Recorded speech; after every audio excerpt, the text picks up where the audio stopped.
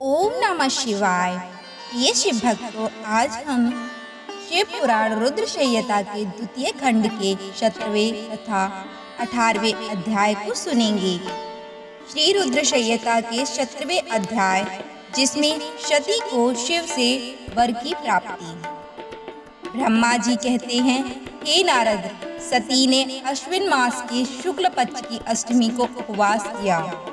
नंदाव्रत के पूर्ण होने पर जब वे भगवान शिव के ध्यान में मग्न थीं, तो भगवान शिव ने उन्हें प्रत्यक्ष दर्शन दिए। भगवान शिव का रूप अत्यंत मनोहरी था।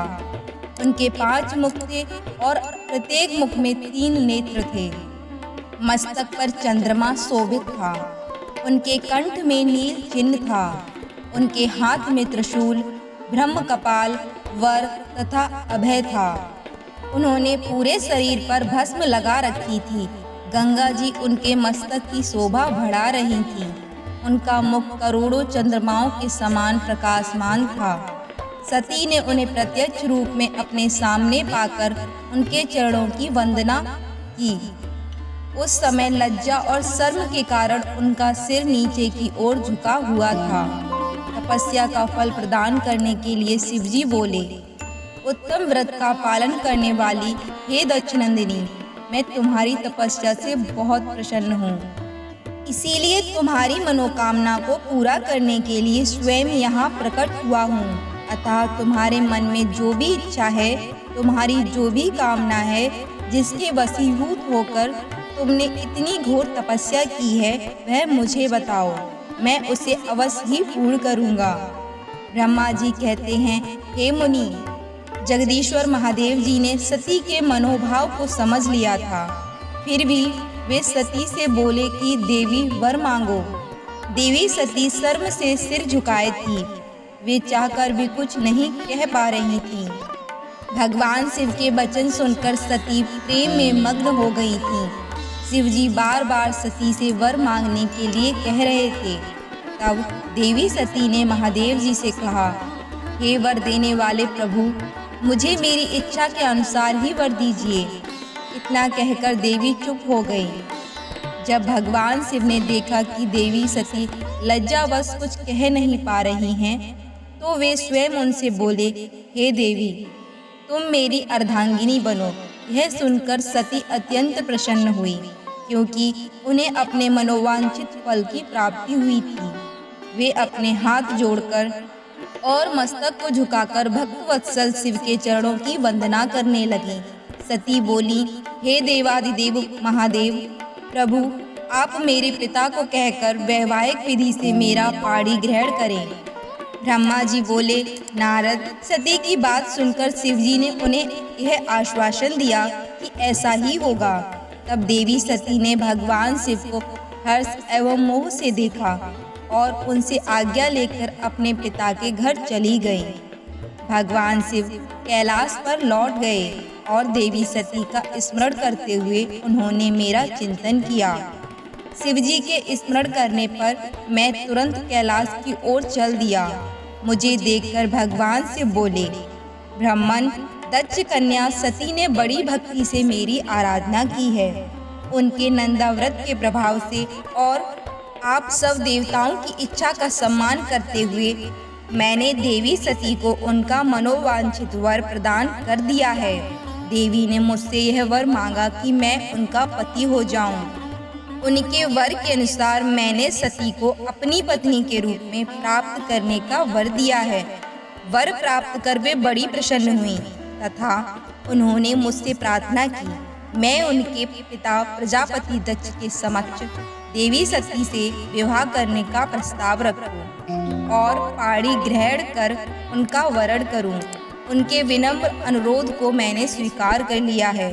इसीलिए मैंने आपको यहाँ बुलाया है कि आप प्रजापति दक्ष के घर जाकर उनसे देवी सती का कन्यादान मुझसे करने का अनुरोध करें। भगवान शिव की आज्ञा से मैं बहुत प्रसन्न हुआ और मैंने उनसे कहा, भगवान, मैं धन्य हो गया जो आपने हम सभी देवी देवताओं के अनुरोध को स्वीकार कर देवी सती को अपनी पत्नी बनाना स्वीकार करने और इस कार्य को पूरा करने के लिए मुझे चुना। मैं आपकी आज्ञा अनुसार अभी प्रजापति दक्ष के घर जाता हूँ तथा उन्हें आपका संदेश सुनाकर देवी सती का हाथ आपके लिए मांगता हूँ। यह कहकर मैं वेगशाली रथ से दक्ष के घर की ओर चल दिया। नारद जी ने पूछा, हे पितामह, पहले आप मुझे यह बताइए कि देवी सती के घर लौटने पर क्या हुआ। दक्ष ने उनसे क्या कहा और क्या किया। ब्रह्मा जी नारद जी के प्रश्न का उत्तर देते हुए बोले, जब देवी सती तपस्या पूर्ण होने पर अपनी इच्छा के अनुरूप भगवान शिव से वर पाकर अपने घर लौटी तो उन्होंने श्रद्धा पूर्वक अपने माता पिता को प्रणाम किया। उन्होंने अपनी सहेली द्वारा अपने माता पिता को यह सूचना दी कि उन्हें भगवान शिव से वरदान की प्राप्ति हो गई है। वे सती की तपस्या से बहुत प्रसन्न हुए हैं और उन्हें अपनी पत्नी के रूप में प्राप्त करना चाहते हैं। यह सुनकर प्रजापति दक्ष और उनकी पत्नी बहुत प्रसन्न हुए। उन्होंने आनंदित होकर बड़े उत्सव का आयोजन किया। उन्होंने ब्राह्मणों को भोजन कराया और उन्हें दक्षिणा दी। उन्होंने गरीबों और दीनों को दान दिया। कुछ समय बीतने पर प्रजापति दक्ष को पुनः चिंता होने लगी कि वे अपनी पुत्री का विवाह भगवान शिव से कैसे करें, क्योंकि वे अब तक मेरे पास सती का हाथ मांगने नहीं आए हैं। इस प्रकार प्रजापति दत्त चिंतामग्न हो गए, लेकिन उन्हें ऐसी चिंता ज़्यादा दिनों तक नहीं करनी पड़ी। शिव तो कृपा के सागर और करुणा की खान हैं, तब वह कैसे चिंतित रह सकता है जिसकी पुत्री ने तप द्वारा शिव का वरण किया है। जब मैं सरस्वती सहित उनके घर उपस्थित हो गया तब मुझे देखकर उन्होंने मुझे प्रणाम किया और बैठने के लिए आसन दिया। तत्पश्चात दक्ष ने मेरे आने का कारण पूछा तो मैंने अपने आने का प्रयोजन बताते हुए कहा, हे प्रजापति दक्ष, मैं भगवान शिव की आज्ञा से आपके घर आया हूँ। मैं देवी सती का हाथ महादेव जी के लिए मांगने आया हूँ। सती ने उत्तम आराधना करके भगवान शिव को प्रसन्न कर उन्हें अपने पति के रूप में प्राप्त करने का वर प्राप्त किया है। अतः तुम शीघ्र ही सती का पाणिग्रहण शिव जी के साथ कर दो। नारद, मेरी यह बातें सुनकर दक्ष बहुत प्रसन्न हुआ। उसने हर्षित मन से इस विवाह के लिए अपनी स्वीकृति दे दी। तब मैं प्रसन्न मन से कैलाश पर्वत पर चल दिया। वहाँ भगवान शिव मेरी उत्सुकता से प्रतीक्षा कर रहे थे। वहीं दूसरी ओर प्रजापति दक्ष, उनकी पत्नी और पुत्री सती विवाह प्रस्ताव आने पर हर्ष से विभोर हो रहे थे। हर हर महादेव। श्री रुद्र संहिता के 18वें अध्याय, जिसमें शिव और सती का विवाह। ब्रह्मा जी बोले, नारद, जब मैं कैलाश पर्वत पर भगवान शिव को प्रजापति दक्ष की स्वीकृति की सूचना देने पहुंचा तो वे उत्सुकता पूर्वक मेरी ही प्रतीक्षा कर रहे थे। तब मैंने महादेव जी से कहा, हे भगवान, दक्ष ने कहा है कि वे अपनी पुत्री सती का विवाह भगवान शिव से करने को तैयार हैं, क्योंकि सती का जन्म महादेव जी के लिए ही हुआ है। यह विवाह होने पर उन्हें सबसे अधिक प्रसन्नता होगी। उनकी पुत्री सती ने महादेव जी को पति रूप में प्राप्त करने हेतु उनकी घोर तपस्या की है। उन्हें इस बात की भी खुशी है कि मैं स्वयं आपकी आज्ञा से उनकी पुत्री के लिए आपका अर्थात भगवान शिव का विवाह प्रस्ताव लेकर वहां गया। उन्होंने कहा, हे पितामह, उनसे कहिए कि वे शुभ लग्न और मुहूर्त में अपनी बारात लेकर स्वयं आए। मैं अपनी पुत्री का कन्यादान सहर्ष महादेव जी को कर दूंगा। हे भगवान, दक्ष ने मुझसे यह बात कही है, इसीलिए आप शुभ मुहूर्त देखकर शीघ्र ही उनके घर चलें और देवी सती का वरण करें। हे पितामह, उनसे कहिए कि वे शुभ लग्न और मुहूर्त में अपनी बारात लेकर स्वयं आए। मैं अपनी पुत्री का कन्यादान सहर्ष महादेव जी को कर दूंगा। हे भगवान, दक्ष ने मुझसे यह बात कही है, इसीलिए आप शुभ मुहूर्त देखकर शीघ्र ही उनके घर चलें और देवी सती का वरण करें।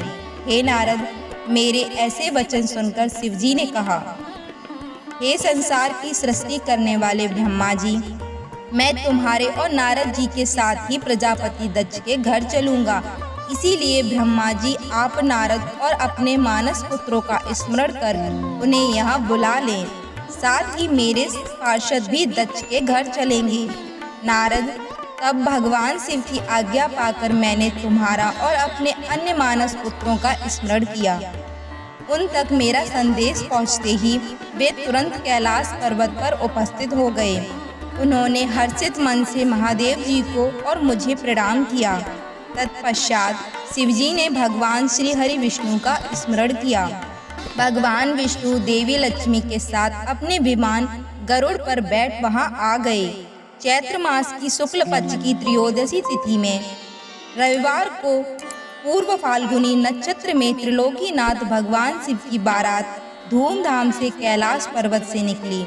उनकी बारात में मैं, देवी सरस्वती, विष्णु जी, देवी लक्ष्मी, सभी देवी देवता, मुनि और शिवगण आनंद मग्न होकर चल रहे थे। रास्ते में खूब उत्सव हो रहा था। भगवान शिव की इच्छा से बैल, बाघ, सांप, जटा और चंद्रकला अनेक आभूषण बन गए। भगवान स्वयं नंदी पर सवार होकर प्रजापति दक्ष के घर पहुँचे। द्वार पर भगवान शिव की बारात देखकर सभी हर्ष से फूले नहीं समा रहे थे। प्रजापति दक्ष ने विधि पूर्वक भगवान शिव की पूजा अर्चना की। उन्होंने सभी देवताओं का खूब आदर सत्कार किया तथा उन्हें घर के अंदर ले गए। दक्ष ने भगवान शिव को उत्तम आसन पर बैठाया। हम सभी देवताओं और ऋषि मुनियों को भी यथा योग्य स्थान दिया। सभी का भक्ति पूर्वक पूजन किया। तत्पश्चात दक्ष ने मुझसे प्रार्थना की मैं ही वैवाहिक कार्य को संपन्न कराऊं। मैंने दक्ष की प्रार्थना को स्वीकार किया और वैवाहिक कार्य कराने लगा। शुभ लग्न और शुभ मुहूर्त देखकर प्रजापति दक्ष ने अपनी पुत्री सती का हाथ भगवान शिव के हाथों में सौंप दिया और विधि विधान से पाणी ग्रहण संस्कार संपन्न कराया। उस समय वहाँ बहुत बड़ा उत्सव हुआ और नाच गाना भी हुआ। सभी आनंद मग्न थे। हम सभी देवी देवताओं ने भगवान शिव और देवी सती की बहुत स्तुति की और उन्हें भक्ति पूर्वक प्रणाम किया। भगवान शिव और सती का विवाह हो जाने पर उनके माता पिता बहुत प्रसन्न हुए और महादेव जी को अपनी कन्या का दान कर प्रजापति दक्ष कृतार्थ हो गए। महेश्वर का विवाह होने का पूरा संसार मंगल उत्सव मनाने लगा। हर हर महादेव। आज हमने शिव पुराण रुद्र संहिता के 17वें तथा 18वें अध्याय को सुना। यह वीडियो आपको कैसा लगा हमें कमेंट बॉक्स में बताएं। साथ ही कमेंट बॉक्स में हर हर महादेव अवश्य लिखें। मिलते हैं अगली वीडियो में एक नए अध्याय के साथ। तब तक के लिए जय भोलेनाथ, हर हर महादेव।